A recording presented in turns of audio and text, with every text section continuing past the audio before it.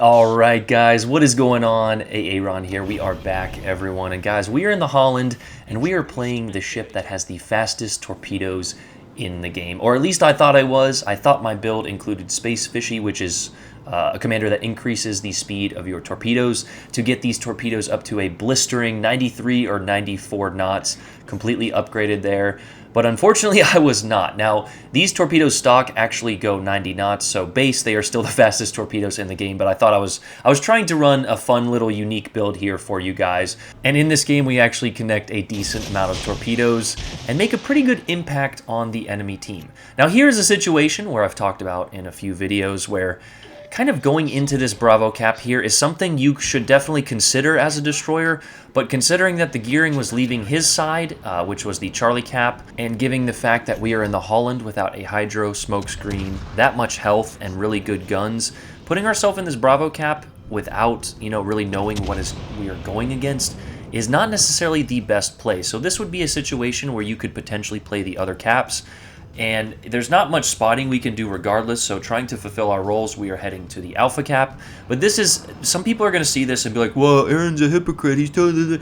I am not. I did not spawn at A and sail all the way to C. We are still playing the central middle zone here that we spawned with. We are just not going directly into the B Death Trap Island, group of islands here that destroyers often go into, sit there contested until one of them hits a torp or another cruiser comes in and kills them. On top of that, it actually looks like we are getting some support with this Salem here, but stay tuned because this guy, while he ends up with a pretty good game, he makes a few questionable and frustrating plays in this initial engagement, and it's just kind of funny the way I react in the game here with my cursor. You guys will see it. But that is when we actually get radared by the Donskoy there, and that is when the enemy Holland pops up, and you thinking, okay, we've got a Salem here, and then he pops his radar. I'm like, okay, why did you pop your radar? The Holland was spotted, but regardless, just go ahead and back up and shoot him, and we'll be out of this engagement as we get lobbed by a few other cruisers. We decide to turn slightly broadside here to get more guns on target, and we are this is just not an engagement you want to be in. We do have a little bit of help. It looks like a Mino or something is out there throwing some AP at that guy. But if you notice, we're kind of tied in terms of health here. We have a slight advantage, and of course we have this Salem here. And I thought he was going to back up, so I go right to the edge of this island to kind of get my turrets over, and unfortunately we get spotted. I'm not going to lie, this was not the best play ever here, and this is why you don't want to be caught in these types of engagements. And that is when the Salem decides to go the other way. You can see me looking at him with my cursor, and I'm just like, what is this guy doing? There is a Holland right there, and if you guys actually noticed, he did sail a salvo over the Holland towards that battleship. Now, he does come around the island here, and he actually gets the kill, but it was just a funny, kind of like, what are you doing moment, while the game was occurring. On top of that, the Mino, which actually was supporting us pretty well, did get yeeted there by that Ohio out on the flank, but the Salem did eventually come around.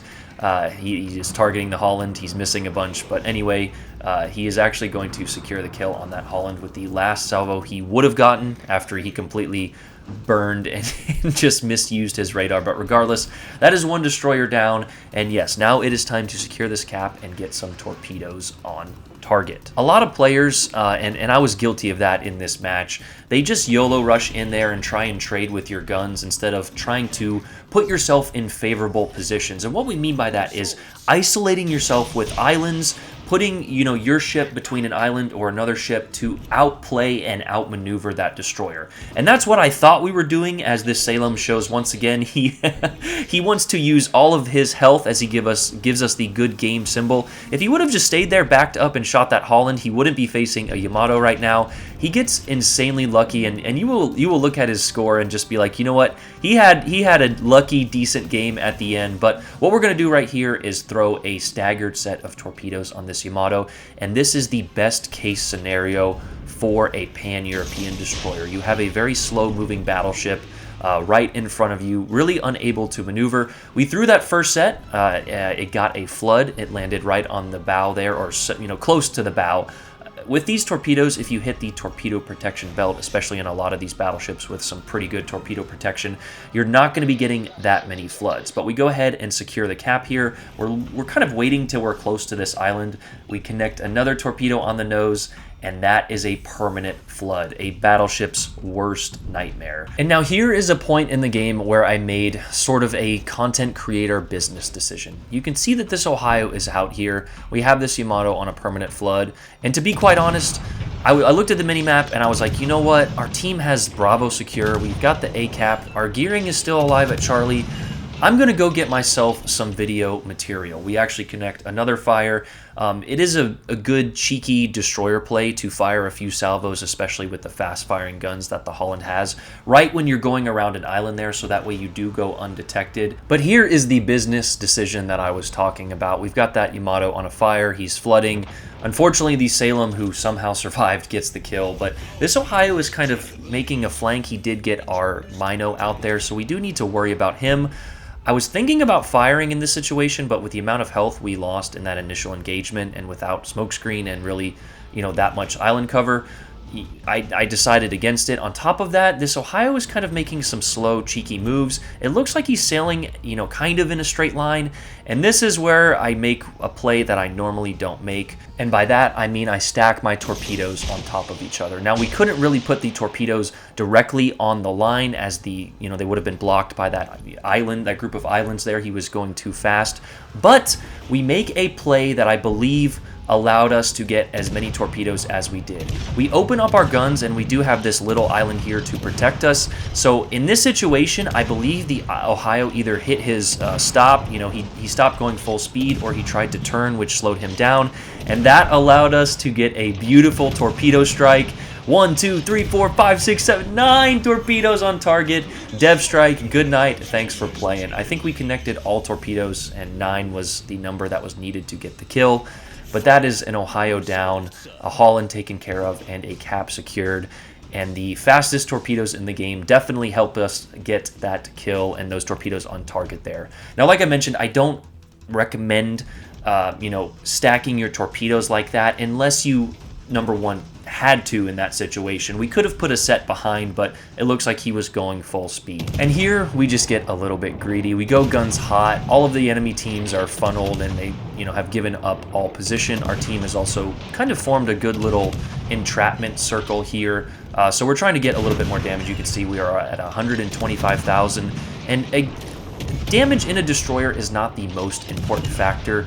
Getting caps and getting enemy destroyers off of the board is. Now, if you're a more specified torpedo boat, let's say a Shima or even a Holland in this case, now the Holland does have some pretty decent fast-firing guns, but they are not the best caliber, and you will probably get outgunned by a majority of the boats, other ships at legendary tier. So when you are in a ship like this, you need to influence the game in other ways. And what we mean by that is getting torpedoes on target.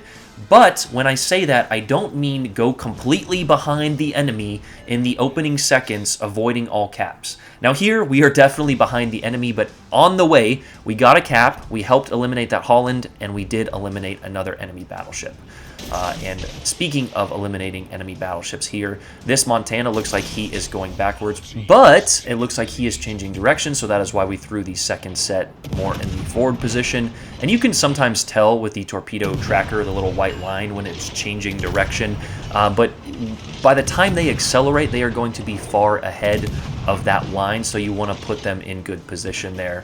But these torpedoes are so fast that it doesn't really matter. We connect one of the original set there, and yeah, good night, thanks for playing. 150,000 damage, 2 kills there, and now comes the most boring chase I have ever had in my Legends career in the last, 5,000 games. There's one Shima left, and he actually does have a chance to kind of pull back this game, but we're going to go ahead and speed it up to like 250% speed here, and you guys can just watch me kind of run around like a chicken with my head cut off. Now, the true winning play in this situation is just to dive towards the caps, secure the capture points, and let the Shima come to us. If we kind of allow him to, spread out his torpedoes and zone this, and especially if we group up as our ships do. Now, of course, they are getting the cap, but you will see in a moment here why you shouldn't really group up, especially behind battleships, and that is because you don't want to become a meme. As right on time, our gearing gets dev struck. But we're going to chase this guy, and again, the winning play is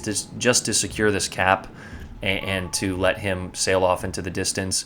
At this point, like I said, he still has a chance, but after we capture this cap, the game is pretty much over, and I truly hate when destroyer players, especially IJN, super concealment destroyer players, sail off into the sunset just wasting 5 minutes of my life.